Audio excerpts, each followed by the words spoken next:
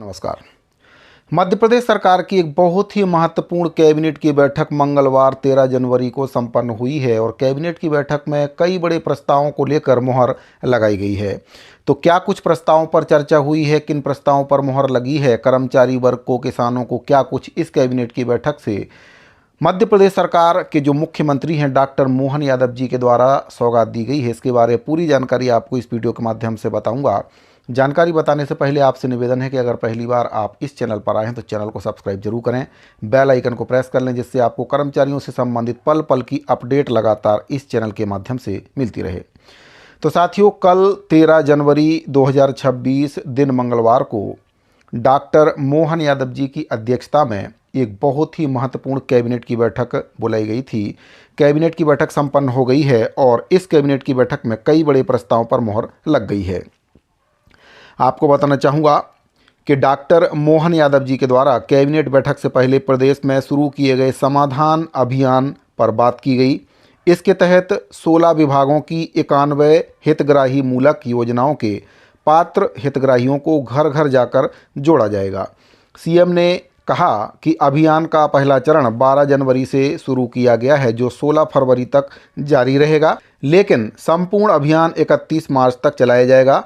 अभियान के तहत घर घर जाकर आवेदन लिए जाएंगे। वहीं दूसरे चरण में 16 फरवरी से 16 मार्च तक क्लस्टर शिविर आयोजित किए जाएंगे। वहीं तीसरे चरण में 17 मार्च से 26 मार्च तक विकासखंड स्तर पर शेष आवेदन और शिकायतों के साथ ही प्राप्त आवेदनों का निपटारा भी किया जाएगा। बात करें चौथे चरण की, तो चौथे चरण का जो अभियान है वह जिला स्तर पर 26 मार्च से 31 मार्च तक आयोजित किया जाएगा और इसके तहत शिविर आयोजित किए जाएंगे, जिसमें सभी जो आवेदन हैं जिनका निराकरण नहीं हुआ है उन आवेदनों और शिकायतों के साथ ही नए आवेदनों को भी इसमें सुलझाया जाएगा। डॉक्टर मोहन यादव जी के द्वारा अभियान को लेकर कैबिनेट बैठक से पहले ही सख्त निर्देश दे दिए हैं। उनके द्वारा सभी मंत्रीगणों से कहा है कि अपने अपने जिलों में अभियान की लगातार मॉनिटरिंग करें। आपको बताना चाहूँगा कि मोहन सरकार की ये पहली हाईटेक कैबिनेट की बैठक है जिसमें वे स्वयं और सभी मंत्रीगण फाइलों के बजाय टैबलेट लेकर पहुँचे थे।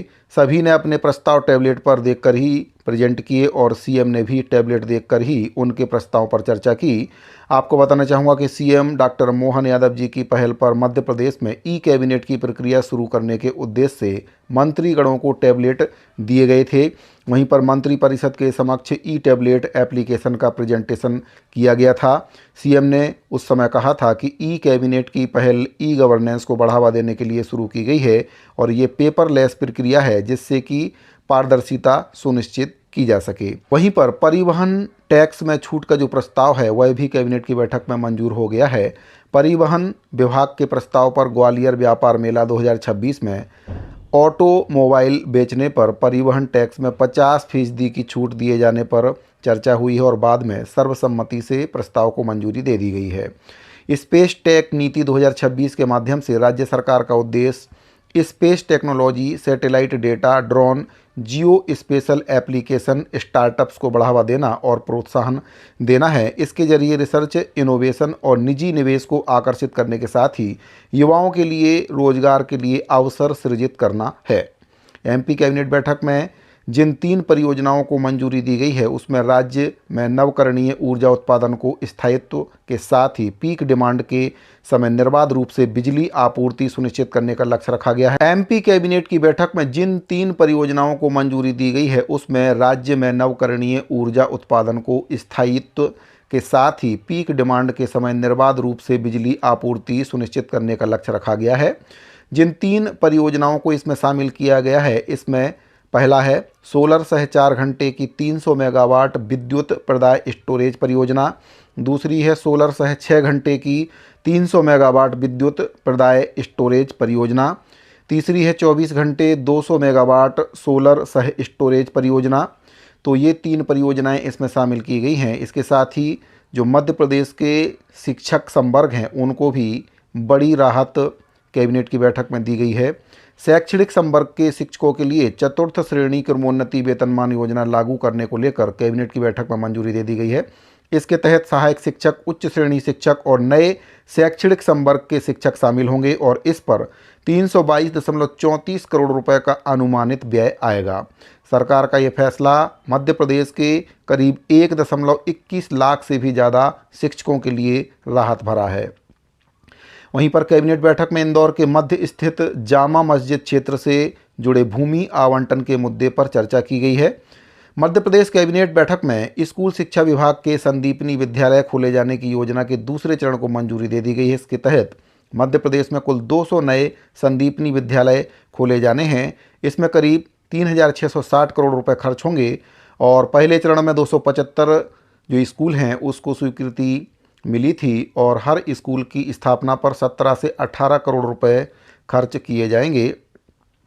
तो साथियों, जो अहम प्रस्ताव इसके अलावा पास हुए हैं, इसमें 2026-27 की नई आबकारी नीति के लिए मंत्रिपरिषद समिति के गठन को मंजूरी दे दी गई है।